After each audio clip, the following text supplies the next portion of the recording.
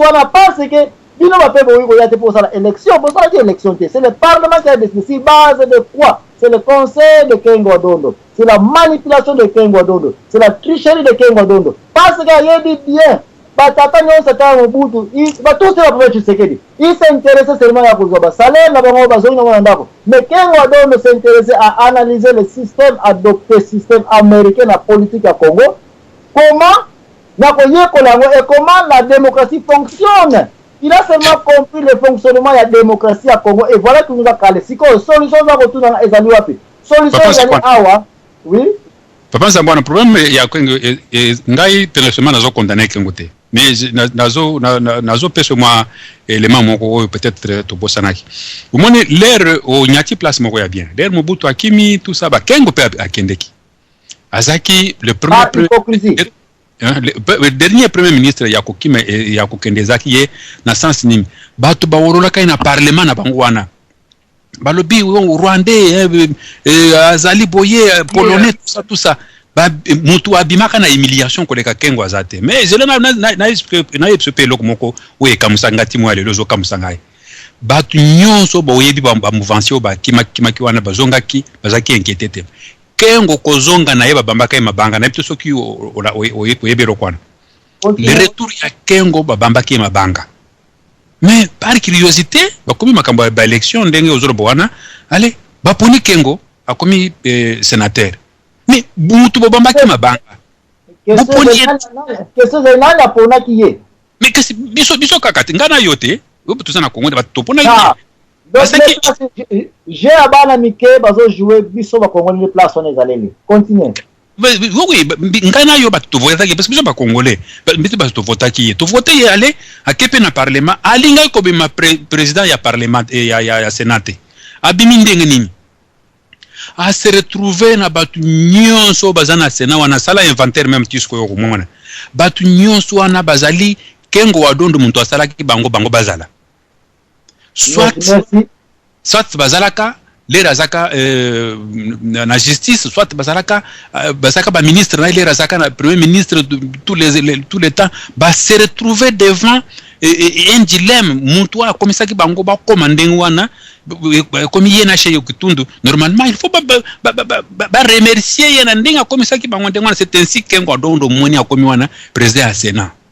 Voilà na kokisi na zo bakisa mo mukesi rozaki nango uko continuer na remercier na banza o sukenya ba point d'exclamation et belé on a mis suka o bandi ko pesa ba explication comment et ba point d'exclamation ko landa oza ko comprendre que comment les choses se sont passées c'est parce que il faut comprendre que ba député avant ba koma na Kinshasa wana comme ba député carte beta marango déjà na carte beta marango déjà ba ibna oki qui vient.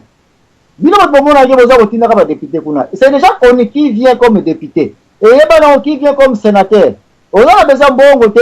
Nous avons besoin de membre à club malléable pour être là.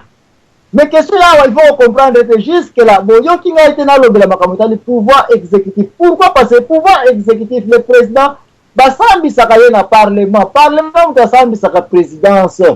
Un président ne peut rien faire. Ce qui chèque l'équipe dans le parlement, déjà. Un président n'a chèque, mais un président n'a chèque. Tous ces projets passent d'abord au niveau du parlement. Et c'est là où, depuis les années 60, qui a organisé le Congo? Parce qu'il y a un manager. Il y a compagnie. Oui? Ce qu'il y a un manager, on a alors, papa DSP, 5 sur 5 ou comment? Alors?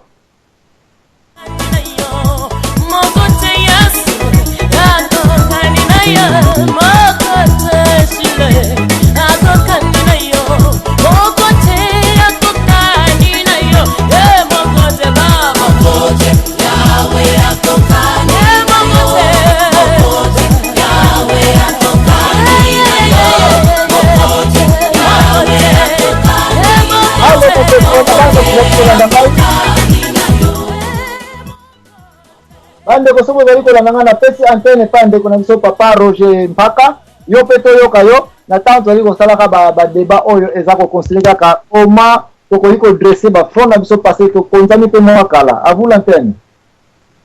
Merci beaucoup. Est-ce que nazoka na malamu? 5 sur 5. Ah oui, merci beaucoup papa Nzambwana. Na PCP ndeko Isaac Mpote.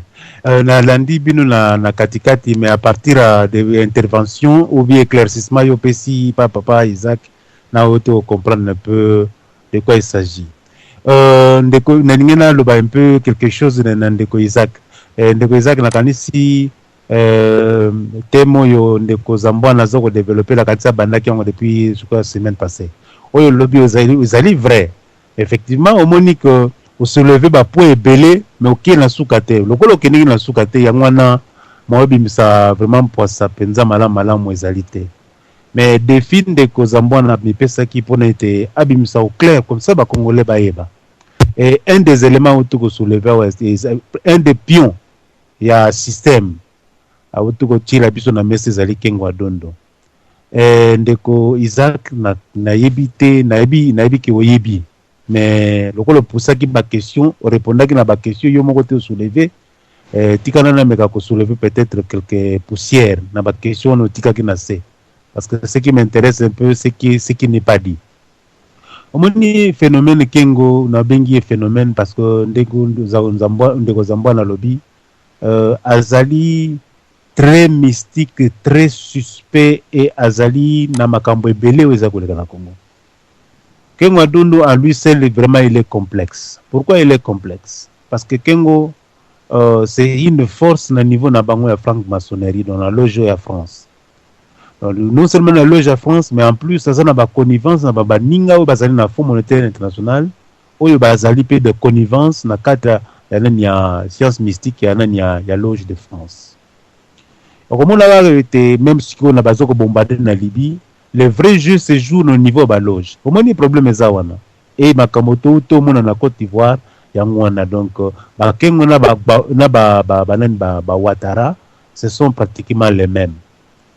Et Batuming Baye Bagate que Kengo était plus puissant que Ngwanda. Mobutu quand il parlait avec Kengo demandait à Mobutu abimisa Ngwanda. Alors que Ngwanda zaki conseiller spécial en matière de sécurité. Kengo bazaki na serina ba nani oyo Jean Seti. Donc okomona ga était place Kengo azali Seti azara musikate. Okomona bango bazali azana pourquoi na lobby phénomène azana groupe ba Meti azana groupe ba Loge et ça aza Rwando polonais belge. Et vous vous souvenez, sauf les Congolais, tout ça, maïle mingi penzate, mais n'a pas flagellé penza ba Congolais parce que le quoi tout ça l'information parce qu'il y a deux choses. Ce que vous avez l'information te, vous allez ndambo, vous allez mutondamba kokufa. Kengo a plusieurs fois premier commissaire d'État, et une fois tango rigueur balongola kaye a zongi na Belgique. Et à cela qui déclaration d'un journaliste belge à l'obaki bien à l'obi Kengo Adondo, ancien premier commissaire d'État, a salué déclaration en tant que citoyen belge. Mais curieusement, après quelques temps, à Zonganaye, Moutoumoko a landela Ngwazakite. Le même Kengo Adondo, quand le premier attaque, Yangonde Zambouan a soulevé. La première attaque, tant que Rwanda Bazagoya, Kengo savait. Et Kengo, pourquoi? Parce que Kengo avait un grand ami. Au Moutou Bazaki, Bakobengaye Yaya, Mukolo. Et Miko, c'est lui qui tenait le télécell. Et Babemba Bazaki na comme celle. Mais Miko Azaki na monopole presque, na quasi monopole. C'était un Rwandais. C'était un Rwandais. Oui, continue. Oui. Et Miko, mais qui soutenait? Parce que Ngwanda, Bandaki, tango ma information, il m'a dit que officier Nabiso, il y a front, mais comment se fait-il? Ils sont tous sali tenus à camouflage, les mêmes tenues tous ceux qui se retrouvaient on a ennemi. Alors on a découvert quelques officiers, officier Mokuta Koufaki parmi les premiers officiers Koufaki na front dans les mers. Il a dit mais il y a un problème, bon régler le problème d'urgence à Kinshasa. Et les Ngwanda avaient tout fait ba demander à Mobutu ba débouter, ba bloquer Miko. Mais le veto à Kengo a fait que Miko personne ne pouvait toucher Miko parce que Miko était protégé par Kengo Adondo. Vous comprenez? Donc, Ngwanda, congolais donc à 100%, na bato mususu, et il demande en tant que technicien, pour technicien ou azaki na ANRT, na ANDT, le bato AND basali les rapports, apesi na Mobutu, mais Mobutu n'a pas pu. Et pendant que officier na biso za na front, Kengo, qu'est-ce qu'il faisait? Au lieu de couper sa bango mbongo, il a payé les frais à Fonds monétaire international. Est-ce que vous savez ça? Oui, oui. Il payait les frais monétaires international. Papa Bemba fait Bemba, Saolona, lui qui a mobilisé, Yosio Mona militaire basé na front, Balamba Foufou, Balia Thompson, parce que Mbongo Zalagite. Donc, il y a en tant que, à ce moment-là, président Souki Aneza, il a mobilisé les commerçants, vivre, pour batinda militaire basé na front. Et Kengo Zagi Wapi, il négocie avec les fonds monétaires internationaux. Mais il savait. Mais puisque Kabila a déjoué Kouyaba Rwanda à s'autoproclamant qui président, Kengo s'est retiré, Arioko Bomba provisoirement. Il savait. Là où on a... Quand Kabila est mort, il est rentré. Mais comment se fait-il Moutaza n'a pas parti? Il n'a jamais été député. Directement comme un sénateur. Et président, il y a Sénat. Est-ce que vous savez comment? Vous savez? Et c'est là que vous devez... Les gens ne se sont même pas intéressés. Ce n'est pas que Yemta Sala Bango, Ndeko Zambouana Lobaki la Bango, oui, avant comme parlementaire, Yebaka. Pourquoi? Parce que c'est un système occulte.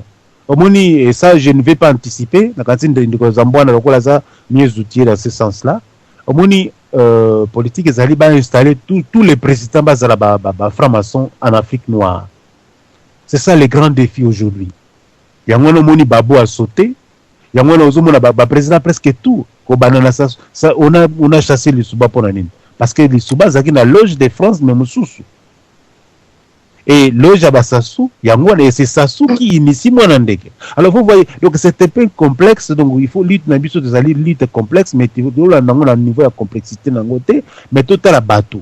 Parce que mutuni sote à comprendre makambo de Kozambo na zoko lobango. Et donc l'aspect mystique du pouvoir. Hein, l'aspect mystique du pouvoir, et ce n'est pas donné à tout le monde. Mais en évoquant l'élément qu'on est, l'élément qu'on a donné, les matériels, comprendre, c'est là que nous nous basions pour dire que Congolais faut la mise. Mais comment les mêmes Kengo Adondo? Et là, je dois vous dire à Mandeko Zambouana, à ce moment-là, nous étions encore au Congo. Tango makamba le 24 avril le bandaki mais Kengo azaki wa ba Kengo bazali ba mobutisme de pur sang mais mobutiste donc nitolobi muto azako conseil Absaloma que nos conseils ceux qui nani wana donc il ne flux donc akendeka lokola mbisi alandaka alanda placement ezako tiola tango monaki que côté ya le mobutiste et il a qui mabe et indaki ayeko kota na opposition. Mais ngai premier jour on a bazaki na stade Tata Raphaël. Malheureusement, comme par simple coïncidence, les agis na stade Tata Raphaël tant bayaki na bangonz na bakamitatu. J'ai dit aux amis ya nani ya ba oy bazaki tout près ya nani ya Ineos tant bazako sala bandeko ya UDPS nabi.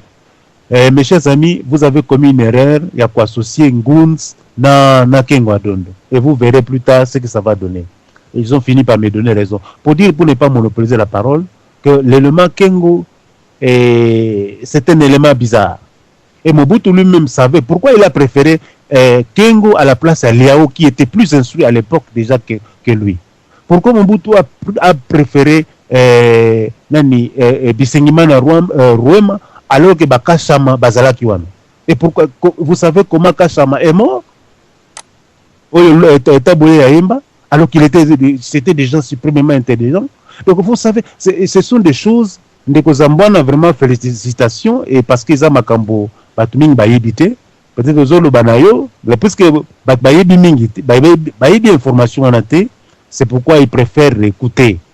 Mais Bato Bayebi moi Mouké, il ne faut pas compléter de temps en temps pour dire que Makamozo Koloba, Ozali n'a pas bénité. Parce que Makamongo Ozali bourreau. Merci. Merci ndeko Roger Baka continue ko zalawana makambo otiko loba na ko comprendre pe na ko témoigner que réellement au lobby pas parce que Oyoki, mais parce que tu as aussi une très bonne information. Le Camboué Nico Otiko Bimisa,